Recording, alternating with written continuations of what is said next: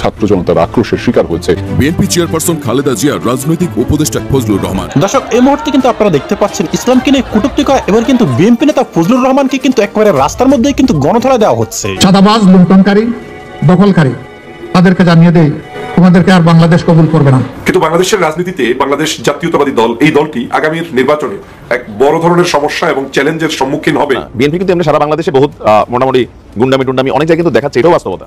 আসসালামু আলাইকুম সম্মানিত প্রিয় দর্শক, আজকে খুবই গুরুত্বপূর্ণ একটি ভিডিওতে আপনাকে জানাই স্বাগতম। দর্শক, এবার কিন্তু আমচালা সবই হারালো বিএনপি, কারণ দেশের সব রাজনৈতিক দল তো বিএনপি থেকে আলাদা হয়েছে। এবার কিন্তু স্বয়ং ছাত্ররা কিন্তু বিএনপিকে বয়কট করছে, যার অন্যতম একটি কারণ হলো বিএনপির বেশ কিছু বিতর্কিত নেতাকর্মীদের উস্কানিমূলক বক্তব্য, যার ফলে কিন্তু একে একে পিছিয়ে পড়ছে বিএনপি। অন্যদিকে কিন্তু জামায়াত একে একে কিন্তু জনপ্রিয়তার একেবারে তুঙ্গে উঠছে, যার ফলে কিন্তু আসন্ন নির্বাচনে বিএনপি কিন্তু একেবারে মারাত্মক ক্ষতিগ্রস্ত হবে।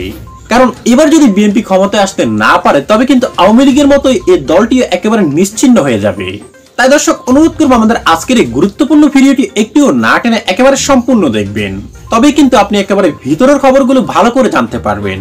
তবে তার আগে বললে, আপনি যদি আমাদের চ্যানেলে নতুন দর্শক হয়ে থাকেন, তবে অবশ্যই ভিডিওতে একটি লাইক দিয়ে চ্যানেলটি এখনই সাবস্ক্রাইব করবেন। তবে চলুন দর্শক, আপনার মূল্যবান সময়টি আর নষ্ট না করে এবার আমরা সেই কাঙ্ক্ষিত ভিডিওগুলি একে একে দেখে আসি। শহীদ এবং পঙ্গু সকলের কাছে আমরা কৃতজ্ঞ, কিন্তু এই ঋণ পরিশোধ করার শক্তি যাকে নেই। তবে যে কারণে তারা শহীদ হয়েছে, আমরা তাদেরকে কথা দিচ্ছি আমাদের প্রিয় সংগঠনের পক্ষ থেকে একটা করাপশন ফ্রি, দুর্নীতিমুক্ত, সুষম, বৈষম্যহীন, মানবিক বাংলাদেশ না গড়া পর্যন্ত আমাদের লড়াই অব্যাহত থাকবে। আমাদের সন্তানরা স্লোগান দিয়েছিল, এখনো দেখ আবু সাইদ মুগ্ধ, শেষ হয়নি যুদ্ধ। হ্যাঁ, যুদ্ধ সেদিন শেষ হবে যেদিন মানবিক বাংলাদেশ প্রতিষ্ঠিত হবে।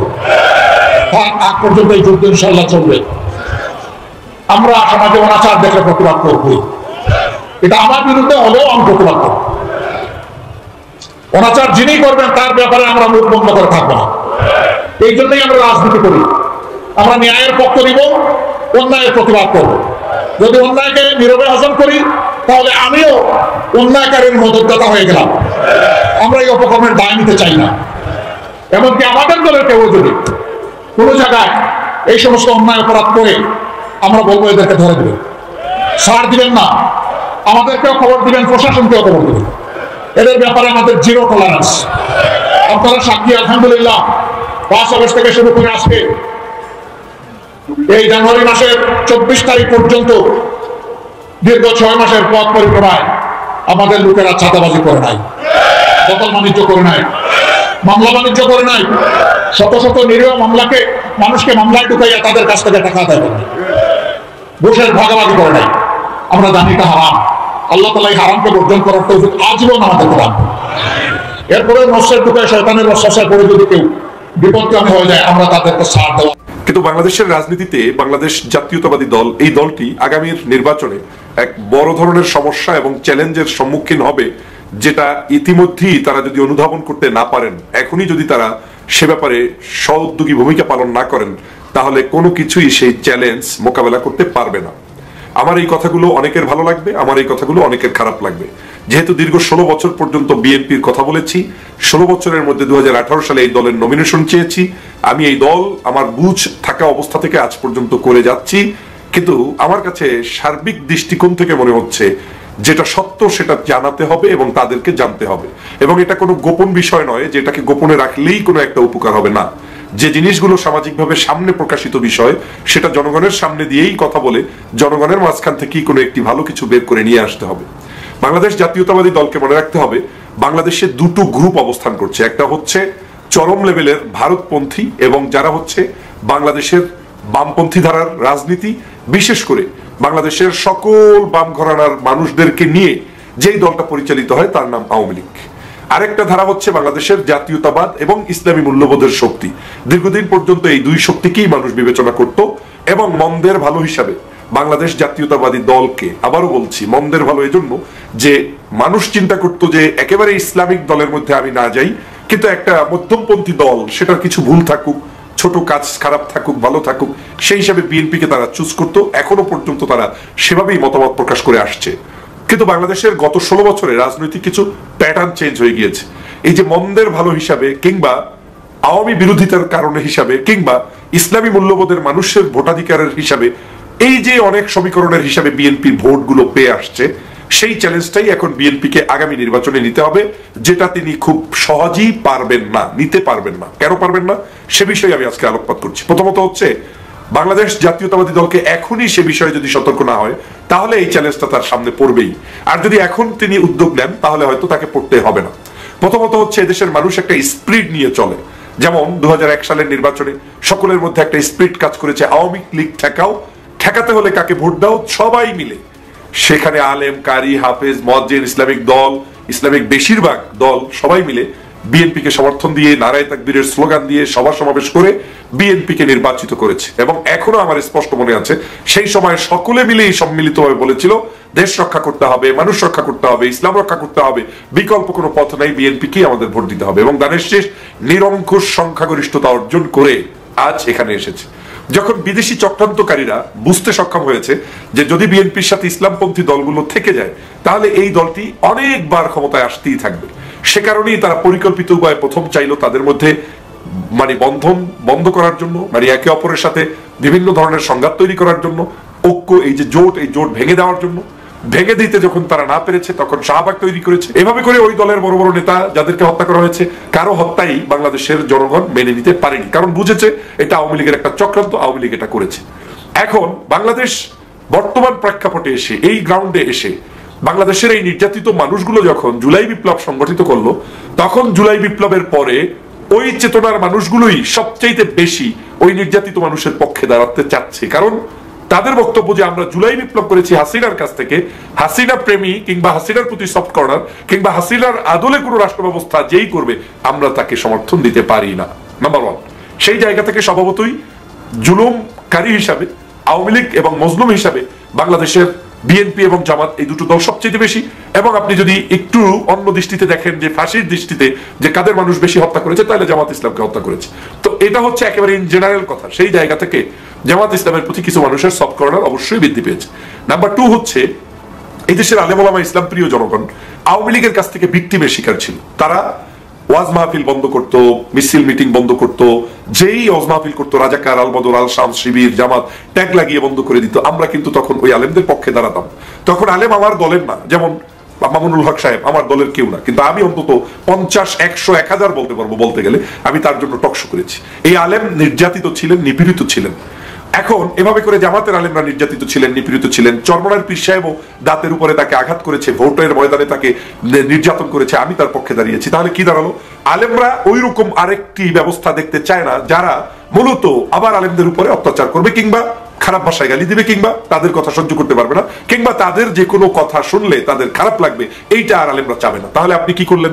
আপনি যেখানে উচিত ছিল আলেমদের পক্ষে অবস্থান করা, হোক সে আমার বিরোধী কিংবা পক্ষের, সেখানে যখনই আপনি দূরত্ব তৈরি করবেন, আমার দলেরই কয়েকজন সিনিয়র নেতাদের বক্তব্য দিয়ে প্রমাণ হয় যে এই দলের দলটা যেহেতু তারা রিপ্রেজেন্ট করে না সরাসরি, বাট তারা দলের লোক, তখন সাধারণত এই আলেমরা তখন আপনার থেকে দূরে সরে যাবে। তো আলেমরা যখন দূরে সরে যাবে তাহলে সেই 2001 সালের সেই প্রেক্ষাপট, সেই চিত্র, সেই জজবা, সেই স্পিরিটটা আপনি আর পাবেন না। স্পিরিট যখন না থাকে, কোনো নির্বাচন হোক, বিজয় হোক, কোনো কিছুই হয় না। আমি এই যে 5ই আগস্টের আগে বারবার কেঁদে কেঁদে রাতের বেলা তুর্কি বসে ভিডিওতে বলতাম যে একটা বিজয় হয় তখনই যখন ইমোশন কাজ করে। উইদাউট ইমোশন আপনি কাউকে নামাতে পারবেন না। বাংলাদেশের এবারের 5ই আগস্টের আগে মায়েরা, বাবারা তার সন্তানকে বুকে আপনার কি বলে পাথর বেঁধে দিয়ে তারপরে আপনার কি বলে এই থাল প্লেট বেঁধে দিয়ে তারপরে নামিয়ে দিত। কি ইমোশন ছিল? প্রয়োজনে শহীদ হবে, তারপরেও ফেসিবাদ থেকে দেশকে রক্ষা করবে। তো তাদের চেতনা যেটা ছিল সেই চেতনায় দেশ স্বাধীন হয়েছে। এই চেতনাকে তো আপনি বাদ দিতে পারবেন না। যদি বাদই দিতেন তাহলে সেটা উচিত ছিল কোন রাজনৈতিক দলের নেতৃত্বে কোনো পরিবর্তন, সেটা হলে হয়তো তখন আর এই চেতনার বিষয়টা সামনে আসতো না। যেহেতু চেতনা দিয়ে বিদায় হয়েছে, স্বভাবতই চেতনাবাজরা, চেতনাবিদরা তারা এই চেতনাকে লালন করবে এবং চেতনার পক্ষে যারা থাকবে তাদেরকে তারা ভোট দিবে। এটা আর একটা চ্যালেঞ্জ।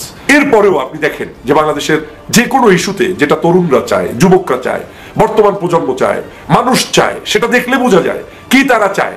তারা চায় ফেসিবাদের এই খুনি শেখ হাসিনার সকল তন্ত্রমন্ত্র থেকে মুক্ত হয়ে দেশপ্রেমিকরা ঐক্যবদ্ধ থাকবে। কিন্তু আমাদের কথার কাদা ছড়াছড়ি, একজন আরেকজনকে, একজন বলছি চাঁদাবাজ, আরেকজন বলছি রক্কাটা, একজন বলছি মুক্তিযুদ্ধের বিরুদ্ধে শক্তি, আরেকজন বলছি পক্ষের শক্তি, নানা বক্তব্য। আরেকজন বলছি মাইক লাগাই ওয়াজ চলে, অজের বেলা হুজুর ব্যবসা করে, আবার বলছি এদেশে গান বাদ্য সব বন্ধ হয়ে যাচ্ছে, তাফসীর মাহফিলের কারণে আর টেকা যায় না। এই যে নানাবিধ সমীকরণ, কেউ বিএনপিকে ঠকানোর জন্য, কেউ জামাতকে ঠকানোর জন্য, এই সব সমীকরণই আলটিমেটলি বড় রাজনৈতিক দলেরই ক্ষতি হয়। কারণ যেই দলটি রাজনৈতিকভাবে রাষ্ট্র ক্ষমতায় যাওয়ার জন্য বসে থাকে, তার সবার আগে দরকার বৃহৎ হৃদয়, মানুষের সাথে বসা। সারা বাংলাদেশে নিজেকে প্রশ্ন করুন, গত ফেসিবাদের পতনের আগ থেকে শুরু করে আজ অবধি পর্যন্ত বাংলাদেশের কতটি রাজনৈতিক দলের সাথে আমরা বসতে পেরেছি? বসেছি, তাহলে ইসলামিক পিপলদের কতজনের সাথে বসেছি? যদি সেটা চ্যালেঞ্জ নিয়ে আমি যদি নাও দেই, কিন্তু আপনি যদি নিজেকে নিজে প্রশ্ন করেন, দেখবেন যে অনেক ক্ষেত্রে আমাদের গ্যাপ সেখানে বিশাল আকারে রয়েছে। এখন বাংলাদেশের মানুষ হয়তো স্বভাবতই এই সকল দিক বিবেচনা করে ভোটের জন্য আগামীর আরো 1-1.5 বছর সময় পেলে নতুন কিছু সৃষ্টি হয়ে যেতে পারে, কিংবা নতুন কিছু ধারণা সামনে আসতেই পারে। এই ধারণাটা আসা কিংবা আপনাকে স্মরণ করিয়ে দেওয়াটা আপনার শত্রুতা নয়, বরং আপনার এখন দায়িত্ব হচ্ছে বাংলাদেশের মানুষের আবেগ, অনুভূতি, সিম্পেথি, তাদের যে চিন্তা চেতনা, সেটাকে লালন করা। যদি সেটা লালন করা যায়, সহজেই সেটা গ্রাপ করা যায়, তাহলে ভোটের ময়দানে ভালো কিছু দেখানো সম্ভব। আর যদি সেটা না হয়, তাহলে এই দলকে বড় ধরনের একটি চ্যালেঞ্জ এবং ধাক্কা সামনের দিনে মোকাবেলা করা লাগতে পারে। অতএব আমার আজকের এই বক্তব্য দিয়ে আমি বাংলাদেশের স্বাধীনতায় বিশ্বাস করি। যে কোনো দল, সব দলের মানে আওয়ামী বিরোধী সকল দলের আমি শুভাকাঙ্ক্ষী, আপনাদের কল্যাণ চাই। কিন্তু এও চাই যে আমাদের মধ্যে জাতীয় ঐক্য থাকুক। বিএনপি নির্বাচন করুক, জামাত ইসলাম নির্বাচন করুক, কিন্তু একে অপরের ভিতরে যদি কাদা ছড়াছড়ি থাকে, ঐক্য বিনষ্ট হয়, ঐক্য তো বিনষ্ট কিছু হবেই। নির্বাচন যদি আলাদা করেন, আলাদা থাকে, আওয়ামী লীগ নাই, কিছু একটা হবে। কিন্তু যাই হোক, তারপরেও যদি আপনি অন্তত পক্ষে একটু হলেও মহব্বত বজায় রেখে একে অপরের চলার চেষ্টা করেন, তাহলে এমনও হতে পারে যে যে যার দলের নিয়ম অনুযায়ী মেজরিটি আপনারা হয়তো পাবেন, কিন্তু মানুষ এই দেশে আপনাদের উপরে, আমাদের উপরে আস্থা রেখে দেশ গঠনে এগিয়েও যাবে। পাশাপাশি সাডেনলি সামথিং, কোনো ব্যাড কিছু আসবে না। কিন্তু এখন থেকে যদি এটাকে বন্ধ করা না যায়, তাহলে সাডেনলি সামথিং আসবে যেটা আপনি জীবনে কখনো ভাবতেও পারেন না। রাজনীতিবিদদের চরিত্র হওয়া উচিত সবার আগে ভাবা, গ্রাউন্ডকে অবজার্ভ। বাংলাদেশের এই ফেসিবাদের পতনের কয়েকদিন আগে মাত্র একটা আর্টিকেল লিখেছিলাম। সেই আর্টিকেলে স্পষ্ট বলেছিলাম যে ইসলামপন্থীদের কাছে কাছে এখনই ঐক্যের জন্য যাওয়া উচিত বিএনপিকে। দেরি করে ফেললে হয়তো আর কাউকেই পাবেন না। তাই হচ্ছে এখন স্বাভাবিকভাবেই ইসলামপন্থীরা, কোন মানুষ, তারা রাজনৈতিক দল হিসেবে প্রত্যেকেই যার যার স্বার্থ বিবেচনা করবে। কেন আমি শুধু বাহিরে একজনের কাছ থেকে না পাবো সমর্থন, না পাবো ভালোবাসা, আবার নিগৃহীতের শিকার কেন হবে না? তো এটা তো আমার জন্য, আপনার জন্য এটা একটা ক্লাস, এটা পরীক্ষা। এই পরীক্ষায় আমাকে পাস করতে হলে যা করার তাই করতে হবে, করতে না পারলে যা হওয়ার তাই হবে। এতে জেলাস ফিল করারও কিছু নাই, মন খারাপেরও কিছু নেই। আর তাই হচ্ছে এখন বর্তমান কয়েকদিন পর্যন্ত রাজনৈতিক ফিল্ডে। আমি সে কারণে বারবার বলে এসেছি, এই দেশের কাউকে, আমার দেশের এই দলটির পক্ষে কাউকে আপনি বিতর্কিত না করে আপনি আপনার কাজের জন্য সামনে মনোযোগী হন।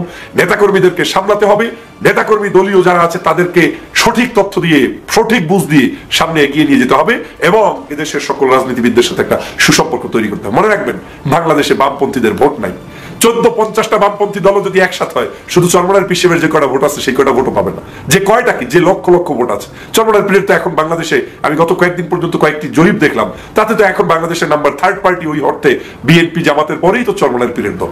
জাতীয় পার্টি ভেনিশ হয়ে গিয়েছে, অন্য দলে ভোট পায় না। তো সেই জায়গা থেকে আমি বলছি যে চিত্র কিন্তু চেঞ্জ হতে সময় লাগে না। অতএব এই ছোট্ট ছোট্ট জায়গাগুলোকে শুধু শত্রু না বানিয়ে, এবং তারা যদি ঐক্য নাও করে তারপরেও শত্রুতা পোষণ না করে, বরং সহমর্মিতার ভিত্তিতে দেশ গঠন কিভাবে করা যায়, তাহলেই এই দলের, আমাদের দেশের সকলের মঙ্গল। দর্শক, শুরুতে আপনাকে অসংখ্য ধন্যবাদ জানাই সম্পূর্ণ ভিডিওটি শেষ পর্যন্ত দেখার জন্য, এবং এই ভিডিওতে আলোচিত বিষয়গুলি শোনার পর আপনার কাছে কি মনে হয়েছে সেটা অবশ্যই কমেন্ট বক্সে জানিয়ে যাবেন।